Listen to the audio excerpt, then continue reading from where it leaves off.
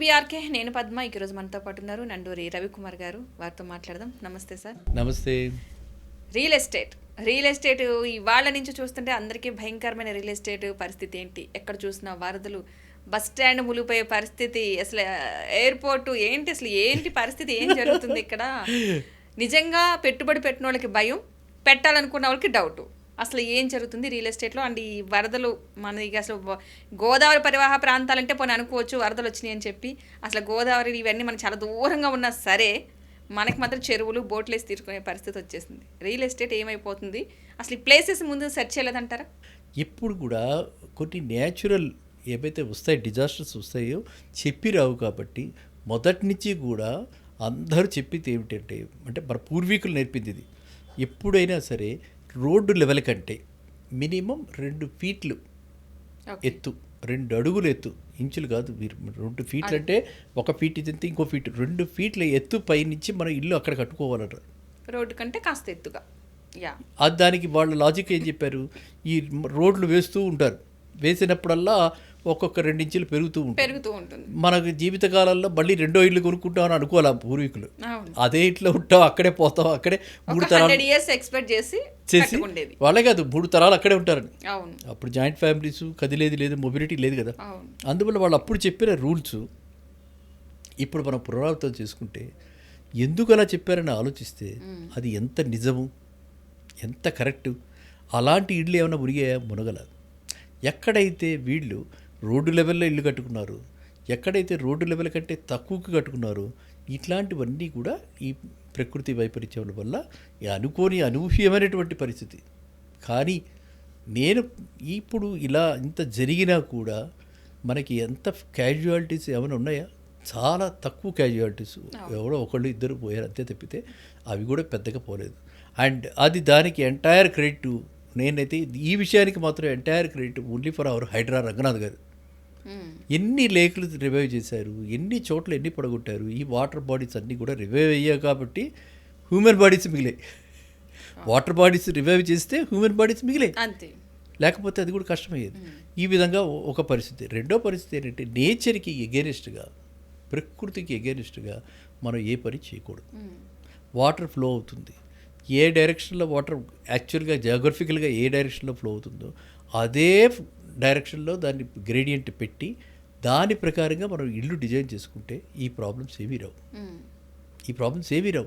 అలా కాకుండా రివర్సల్ చేసేటప్పటికి వాటర్ వెళ్ళలేదు, ఇంతవరకు వచ్చింది వాటర్, ఇక్కడ మీరు కట్టారు, ఇక్కడతో అయిపోతుంది వాటర్, అది మనకు వచ్చి పడింది అనమాట. ఆ విధంగా ఈ కాలనీస్, గేటెడ్ కమ్యూనిటీస్, చాలా పెద్ద పెద్ద గేటెడ్ కమ్యూనిటీస్, కోట్ల రూపాయల విలువ చేసే గేటెడ్ కమ్యూనిటీస్ ఇవాళ గ్రౌండ్ ఫ్లోర్ మునిగిపోయినాయి.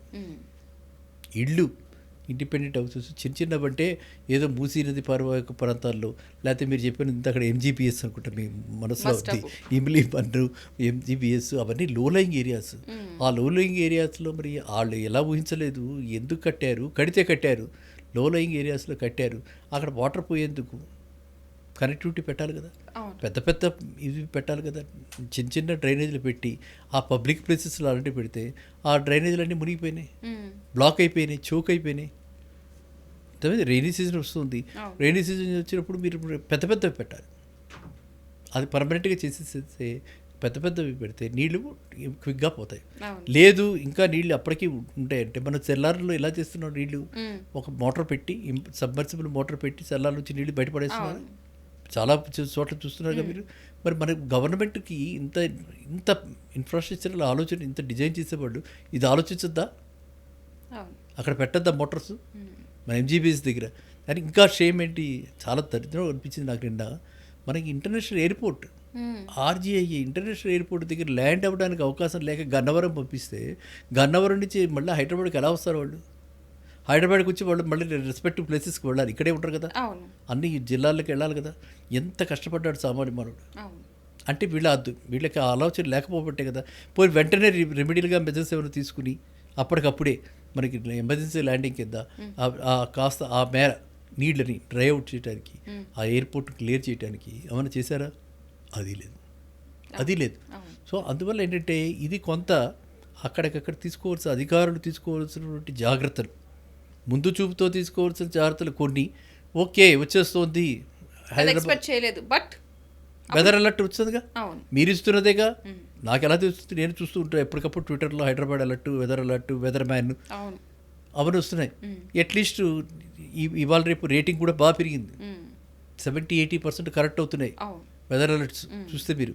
మరి government should take preventive steps కదా, ప్రివెంటివ్ స్టెప్స్ ఏం తీసుకోవట్లా. సో అందువల్ల కూడా ఈ విధమైనవి జరుగుతున్నాయి. మన డ్రైనేజ్ సిస్టమ్స్ని కూడా క్లీన్గా ఉంచడం పోవటం వల్ల కూడా ఇలాంటివి జరుగుతున్నాయి. కాబట్టి టోటల్గా మనము ప్రకృతిని మనము ఇచ్చేయించాల్సిన అవసరం లేదు. మనది కూడా మ్యాన్ మేడ్ ప్రాబ్లమ్స్ కూడా కొన్ని ఉన్నాయి ఇందులో. సో ఇక నుంచి అయినా సరే ఇప్పుడు ఎవరైతే మీరు ఇన్వెస్టర్స్ అన్నారు, ఇన్వెస్టర్స్ ఇది రైట్ టైం ఏమిటి పర్సనల్గా ఫీల్ ఖచ్చితంగా ఎక్కడ ములుగుతుంది, ఎక్కడ తేలుతుంది, ఇప్పుడు క్లారిటీ వస్తుంది. ఆ ఏరియాస్ మనం గుర్తుపెట్టుకోవడం, నెక్స్ట్ ఇన్వెస్ట్ చేయడానికి అనువుగా చూసుకుని ఓకే డన్ రైట్ అట్లా అనుకోవటం. అండ్ ఇప్పుడు మన ఇదివరకట్లాగా క్రేజీగా డౌన్ అప్ డౌన్ ఉన్న ప్లేసెస్లో పెడతాం. మీ like Banjara Hills type like places అని అనుకుంటే వాళ్ళు ఉంటారు. వాళ్ళు అతి జాగ్రత్తగా అలాంటి కోరికలు ఉన్న వాళ్ళకి అతి జాగ్రత్తగా చూసుకుని మరీ పెట్టాలి. ఇప్పుడు అలా కాకుండా కొన్ని హై లెవెల్ ఏరియాస్ ఉన్నాయి. ఆ హై లెవెల్ ఏరియాస్లో ఇప్పుడు ఇంత వర్షం పడుతున్నా కూడా మీరు ఏమన్నా విన్నారా అబ్దుల్లాపూర్ మెట్టు దగ్గర ఏమన్నా విరిగిపోయిందని? లేదు కదా. మీరు ఏమన్నా విన్నారా హైదరాబాద్ దగ్గర కొట్టుకుపోయారని? లేదు. అవన్నీ హైలో ఉన్నాయి. అలా మీరు వెళ్తుంటే విజయవాడ హైవేకి తెలుస్తుంటుంది, హైగా ఉంటాయి. సో అలాంటి ప్లేసెస్ దగ్గర, అలా వరంగల్ హైవే ఉంది, వరంగల్ హైవే దగ్గర ఏమన్నా విన్నారా? లేదు. సో అలాంటి ప్లేసెస్ దగ్గర ఇప్పుడు మన సంగారెడ్డి వైపు ఉంది, అక్కడ కూడా ఏం కావట్లేదు. అలాంటి ప్లేసెస్లో అవన్నీ కూడా చాలా చక్కగా సేఫ్ జోన్స్, వర్షాలకి వరదలకి సేఫ్ జోన్స్. అది మనకి ఇప్పుడు షామీర్పేట లేక్ ఉంది, దాని చుట్టుపక్కల పెట్టేస్తున్నారు. అప్పుడు ఈ కష్టాలన్నీ వస్తాయి. అదే ఉప్పల్ ఉంది, ఉప్పల్ చుట్టుపక్కల నీళ్లు, ఉప్పల్ బగాయత్ అంతా చెరువు, ఆ బగాయత్ పక్కన చెరువే కదా.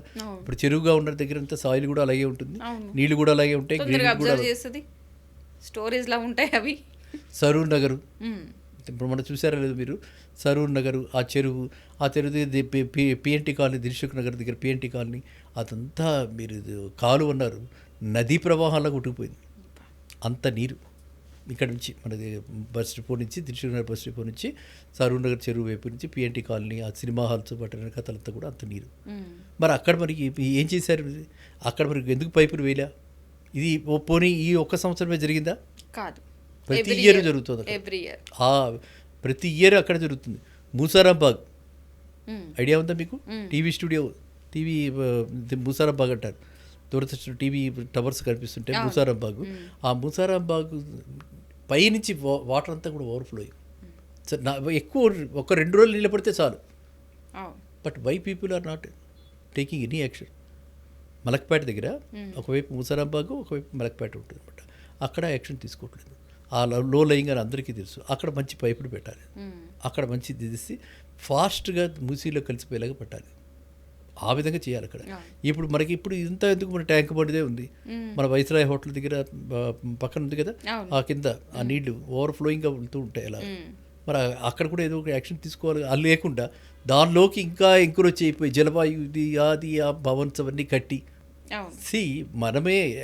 మనమే పాలకులమే దాన్ని రక్షించాల్సినట్టుది పోయి దాని లోపల ఏదో డెవలప్ చేసి దానిలో టూరిజం డెవలప్ చేద్దామని చెప్పి దాని లోపలికి ఎంకరేజ్ చూడటం అంతవరకు కరెక్ట్.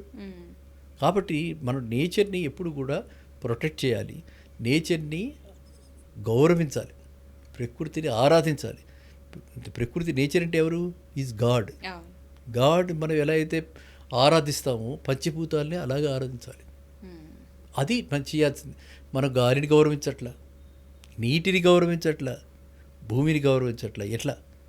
సో మీరు అడిగిన దానికి ఎవరైతే రియల్ ఎస్టేట్ ఇన్వెస్ట్మెంట్ ఎవరైతే ఇప్పుడు చేయదలుచుకున్నారో వాళ్ళు ఇలాంటి ప్లేసెస్ని చూస్ చేసుకుని కట్టుకునేటప్పుడు ఇందాక మనం అనుకున్నాం కదా 2 feet above the road level కట్టుకుని చక్కటి సిస్టమ్స్, డ్రైనేజ్ సిస్టమ్ ఎంత ఇంపార్టెంట్ అన్నది ఇప్పుడు మనకి ఈ వరదలు, వర్షాలు, క్లౌడ్ బర్స్ట్, మీరు ఏమంటారు, వర్షాలు అయితే కాదు ఇంకేమైనా ఉన్నాయా, క్లౌడ్ బర్స్ట్.